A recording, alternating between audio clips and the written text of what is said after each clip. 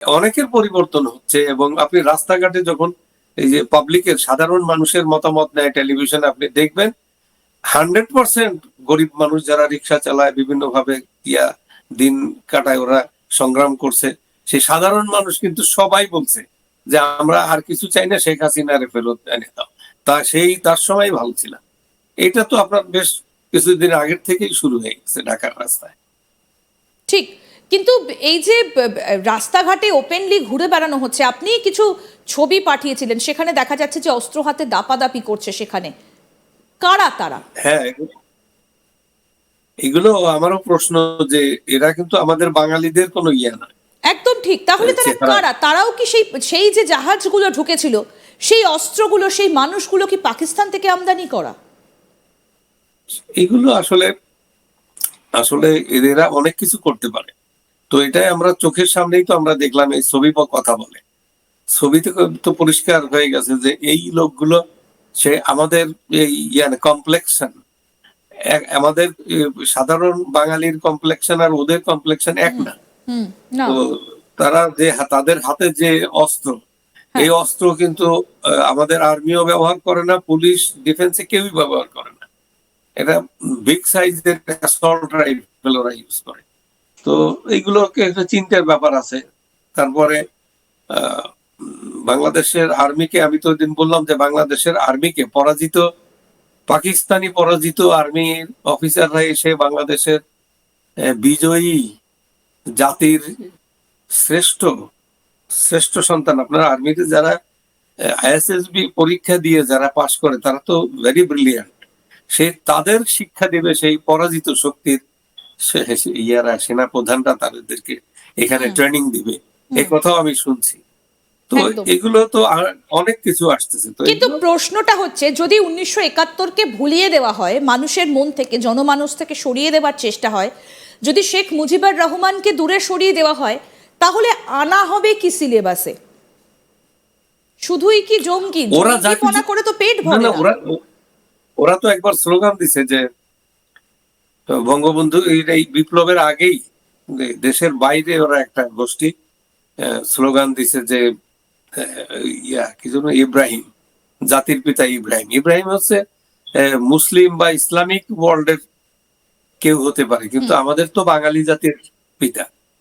তো সেই দিক দিয়ে ওরা হয় কি, ওরা ওদের স্লোগান গুলো দেখলেই বোঝা যায় যে ওরা লেখাপড়া করে না, ওরা ইতিহাস জানে না, কিছুই জানে না। এটা ইমোশনালি গাইডেড, একদম সবসময় ওদের ভিতরে ইমোশন কাজ করে। জঙ্গি জিহাদি মানে ইমোশন ছাড়া তো অকাতরে বলে ফেললো যে তুমি মানুষ হত্যা করো, তুমি যে বেহেশতে যাই না। এই ডক্ট্রিন নিয়ে যারা চলে তাদের সম্পর্কে আসলে ইগনোর করাই ভালো। আমি এটা লক্ষ্য করি। এটা বাংলাদেশের সাধারণ মানুষ এটা কোনোদিন নেয় নেই, আগামী তো নিবেন। আপনি দেখবেন যে এইসব কনস্পিরেসি টিকবে না। সাধারণ মানুষকে নিয়ে তো দেশ, সাধারণ ধরেন আওয়ামী লীগ, বিএনপি আর এরাই কিন্তু সবকিছু না। বাংলাদেশের সবকিছুই হচ্ছে বাংলাদেশের সাধারণ মানুষ। একটা বিষয় আমরা লক্ষ্য করছিলাম, আপনি নিশ্চয়ই সেই ছবিটাও দেখেছেন যে চিন্ময় কৃষ্ণ প্রভুর যখন জামিনের আবেদনটা নাকচ হয়ে গেল, তখন এই যে আইনজীবীরা যারা, তারা আল্লাহু আকবর স্লোগান দিচ্ছিলেন, এবং তাদের মধ্যে একটা পৈশাচিক উল্লাস লক্ষ্য করা যাচ্ছিল। কিভাবে আদালতে কোর্টরুমের ভেতর তারা উঠে দাঁড়িয়ে পড়েছিলেন বেঞ্চগুলোর ওপরে, এবং এই যে আদালতের যে কোর্টগুলো, সেখানেও বাংলায় লেখা দেখা যাচ্ছিল।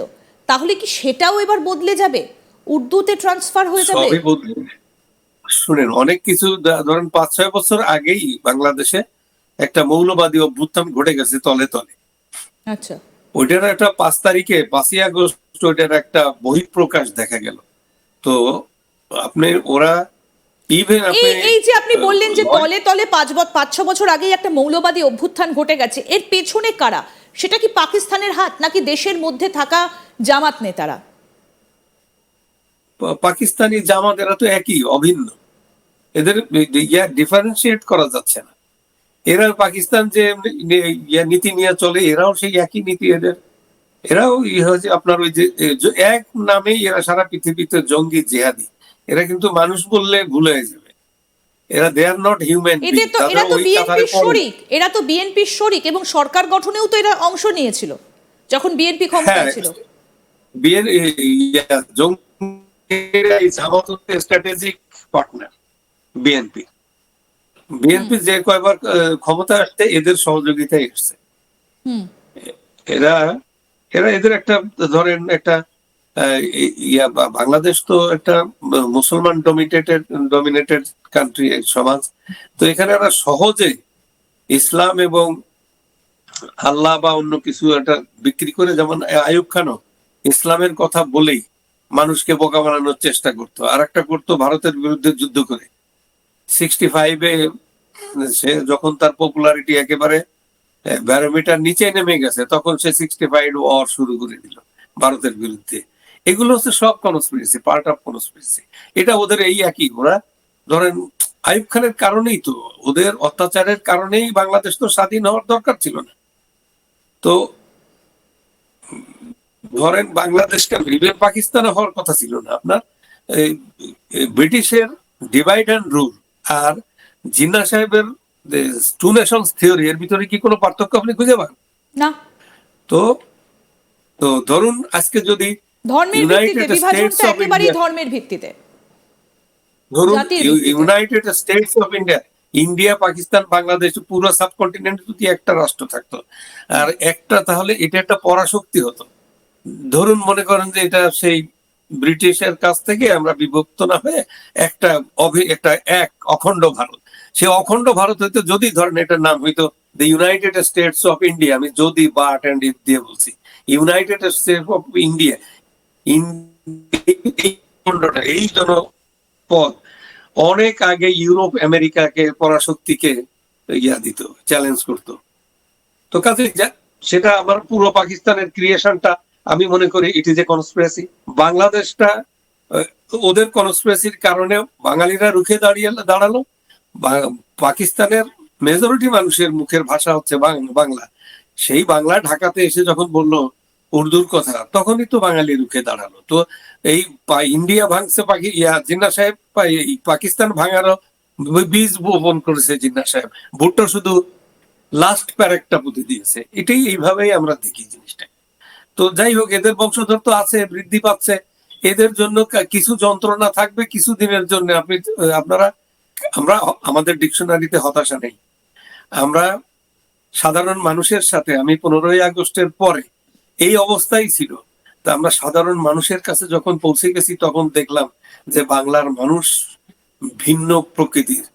তাদের ভিতরে মানবতা, তাদের ভিতরে যে মানবিক গুণাবলী, তাদের ভিতরে যে সহমর্মিতা, কিভাবে তারা বাংলাদেশে কিভাবে হিন্দু মুসলমান একসাথে পূজা পার্বণে ঈদে বিভিন্ন সময় একসাথে চলে, এটা বাংলায় গ্রামে গঞ্জে না ঘুরলে আমরা বোঝা যাবে না।